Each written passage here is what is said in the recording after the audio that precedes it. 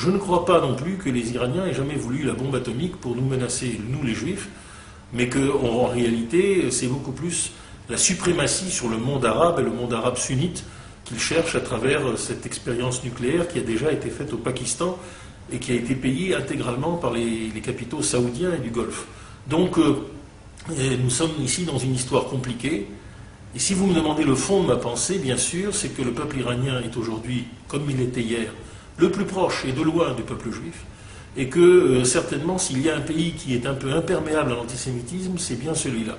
Donc ce serait, comme le disait Omar Bradley, de la guerre contre la Chine, quand MacArthur l'agitait tous les jours, une guerre avec l'Iran serait the wrong war at the wrong moment with the wrong enemy. Et ajoutant, Bradley disait with the wrong means, parce qu'il ne voulait pas d'armes nucléaires. Mais là, il n'en est pas question. Mais en tout cas, effectivement, la pire des choses que nous pourrions faire, c'est la guerre à l'Iran. Il faudra l'éviter. Mais on n'est pas toujours libre d'éviter que des imbéciles fassent déborder les choses.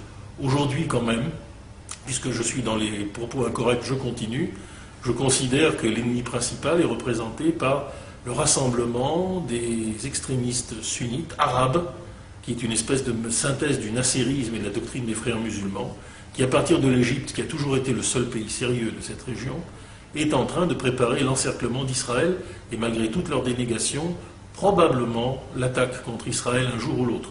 Donc nos alliés face à ces hommes-là, ce sont les chiites, comme toutes les minorités religieuses du Moyen-Orient, sont bien entendu les Iraniens, et sans aller jusqu'à le qualifier d'allié, je ne lui veux pas autant de mal que ça, mais Bachar Assad aujourd'hui doit pouvoir tenir en Syrie au moins comme une des composantes d'une solution négociée. Je ne suis pas pour un triomphe à la Kadhafi en Syrie, ce n'est pas la Libye, et nous serions immédiatement les témoins d'un massacre généralisé des Alaouites et en fait des chrétiens, hypocritement, par cette majorité sunnite structurée par les frères musulmans et payée par le Qatar et l'Arabie saoudite. Je vous remercie.